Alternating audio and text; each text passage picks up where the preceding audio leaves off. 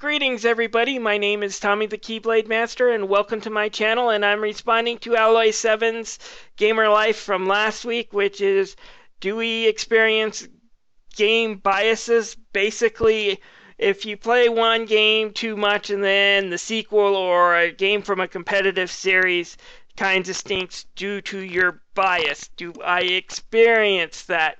Yes, everybody does. Do I think it's a bad thing? No, I don't. I actually think it's kind of a good thing. It tells us how to really compare games, and that's what I do. If one game has a feature that another one doesn't, I will tell people about it and why I like that feature and why this game should think about incorporating something similar. I don't think that's wrong. It is, however, a bad thing when it completely ruins the experience for you. And have I had that happen? Not really too much, I don't think. I'll explain one game where I think this did ruin that experience, and it's a game I reviewed recently, but I need to talk about it. But what would be a good example of game experience bias? Well, I just finished my Mega Man series a few days ago, and that type of bias runs through that series when people talk about it.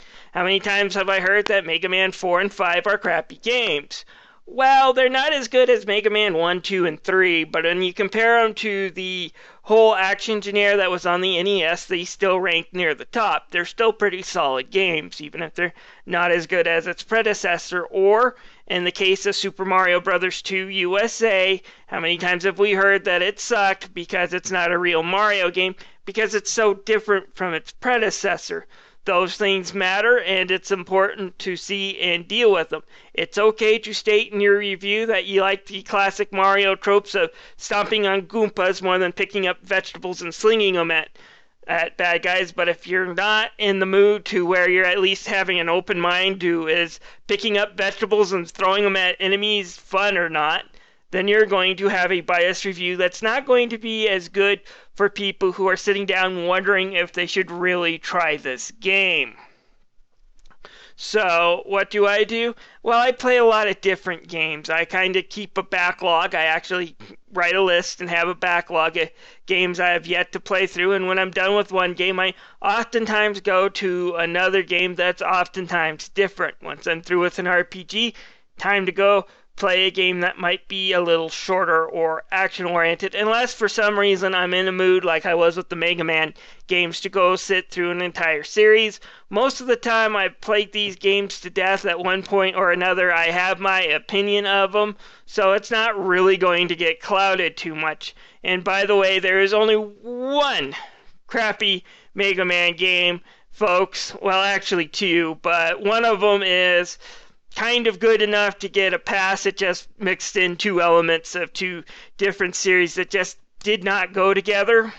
But there's only one game that's complete crap, and that's Mega Man X7, which I reviewed a few days ago.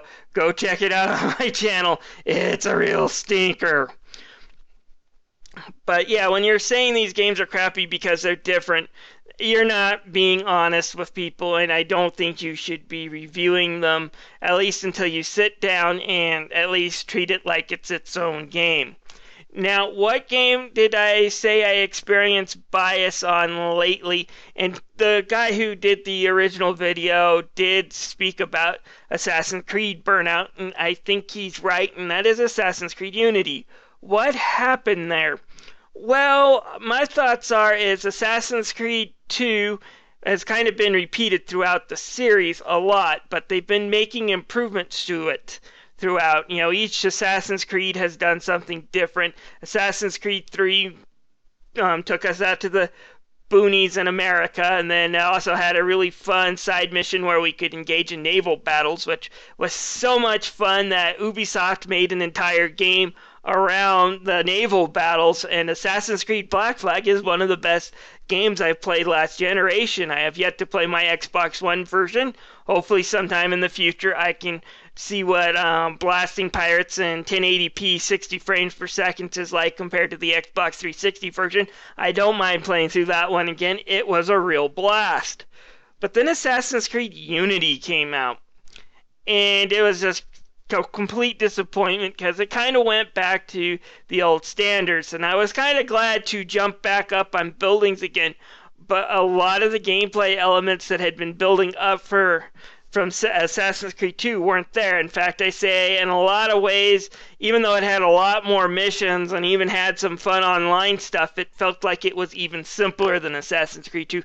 Like there was less there than Assassin's Creed 2. And then when you could compare the stories directly, because there was so much in common, only the character and the plot in Assassin's Creed Unity was kind of boring and forgettable when you compare it to Assassin's Creed 2. The whole game just kind of crumbled around for me, and I didn't enjoy it.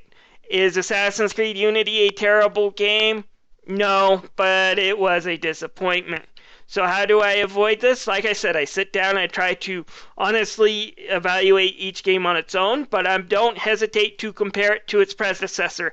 I think people who are into the series need to know how this one changes things up. And another game I guess I could say I'm partially biased to because I play too much of its predecessor is the Kingdom Hearts series.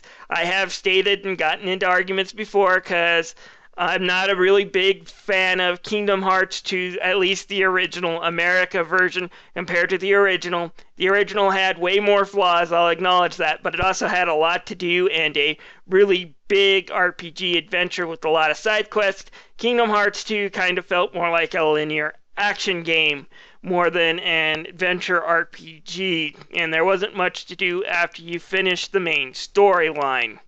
Kingdom Hearts 2 Final Mix is now out, and I don't have that complaint. Oh, believe me, I don't have that complaint. It's like they threw everything but the kitchen sink into that version, which we didn't get here until last year. Shame on you, Square Enix.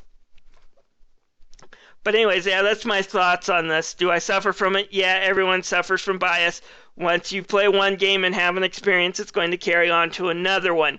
And as long as you acknowledge that experience to your audience and why you feel that way, you're fine. But just make sure that you're sitting back far enough and saying, am I looking at this game as a complete game on its own and not as something that is tied together to this? That's important. People need to have both perspectives, and if you can provide that to the best of your ability, your reviews will be better, at least in my opinion. Anyways, this is Tommy the Keyblade Master signing out.